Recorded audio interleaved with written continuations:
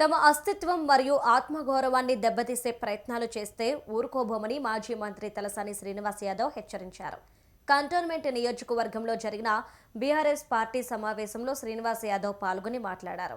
220 సంవత్సరాలకు పైగా చరిత్ర కలిగిన సికింద్రాబాద్ చరిత్రను ఆనవాళ్లను తుడిచివేయడానికి ప్రభుత్వం కుట్ర పన్నుతోందని ఆరోపించారు. బచావో సికింద్రాబాద్ పేరుతో ఈ నెల 17వ తేదీన సికింద్రాబాద్ రైల్వే స్టేషన్ నుంచి శాంతి ర్యాలీ నిర్వహిస్తున్నట్లు ప్రకటించారు. ఈ సందర్భంగా ఆ ర్యాలీ పోస్టర్ను ఆవిష్కరించారు.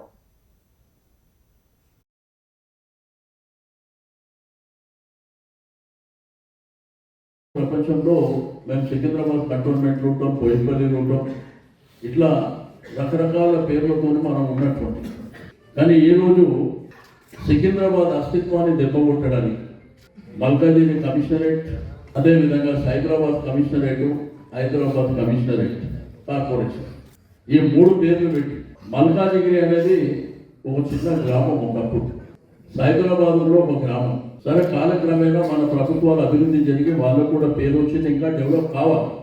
కానీ హైదరాబాద్ సికింద్రాబాద్ అనేది జంట నగరాలు, ట్విన్ సిటీస్ అంటాం. ఈ సికింద్రాబాద్ అస్తిత్వం దెబ్బకొట్టాలని మొన్న మనం ఈ యొక్క ఉద్యమాన్ని ఉధృతం చేస్తుంటే ముఖ్యమంత్రి గారు స్టేట్మెంట్ ఇచ్చారు. మీరు కూడా చూసి ఉండొచ్చు. నేను సికింద్రాబాద్ జోలికి రాలేదు, సికింద్రాబాద్ టచ్ చేయలేదు అని మాట్లాడుతూ. ఇప్పుడు మన సికింద్రాబాద్ కోర్టు కంటోన్మెంట్ ఆఫీస్ ఉంది కదా, దాని పక్కనే డీసీపీ ఆఫీస్ ఉంది కదా, అది మల్కాజిగిరికి ఇచ్చేసి, మోటా మార్కెట్ ప్రాంతాన్ని మల్కాజిగిరికి ఇచ్చారు, మాంకాలి బేగంపేట ప్రాంతాన్ని, పోయినపల్లి అంతా మల్కాజిగిరికి ఇచ్చారు. అంటే రేపేంది, పోయినపల్లిలో కూడా బోర్డు మీద మల్కాజిగిరి అని రాస్తారు. అంటే మన తల్లిదండ్రుల పేరు మారుతూకుంటామా? అంటే మన అస్తిత్వాన్ని దెబ్బకొడు తూకుంటామా? మరి ఈ ప్రభుత్వానికి పోనీ 2 సంవత్సరాల నుంచి ఈ ప్రభుత్వం వచ్చిన తర్వాత ఏమైనా ఒక మంచి కార్యక్రమం చేసేదా? ఎక్కడన్నా ఏదైనా కార్యక్రమాలు జరిగినా? మీకు ప్రజలు అధికారం ఇచ్చినప్పుడు ఆ పని చేయమంటే ఈ పనికిరాని చెత్త పనులని చేసుకుంటూ పేర్లు మారుస్తారంటే ఎవరు ఇచ్చింది నీకు అధికారం? అంటే పేర్లు ఊరికైనా మార్చేస్తావా? ఎట్లా మారుస్తావు? అంటే సికింద్రాబాద్ ప్రజలంటే అంత అమాయకంగా ఉన్నారా?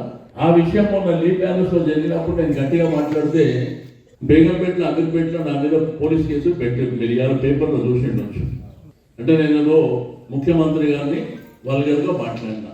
ఓకే, చట్టపరంగా న్యాయపరంగా నేను ఎదుర్కొంటాను, నాకేం అభ్యంతరం లేదు.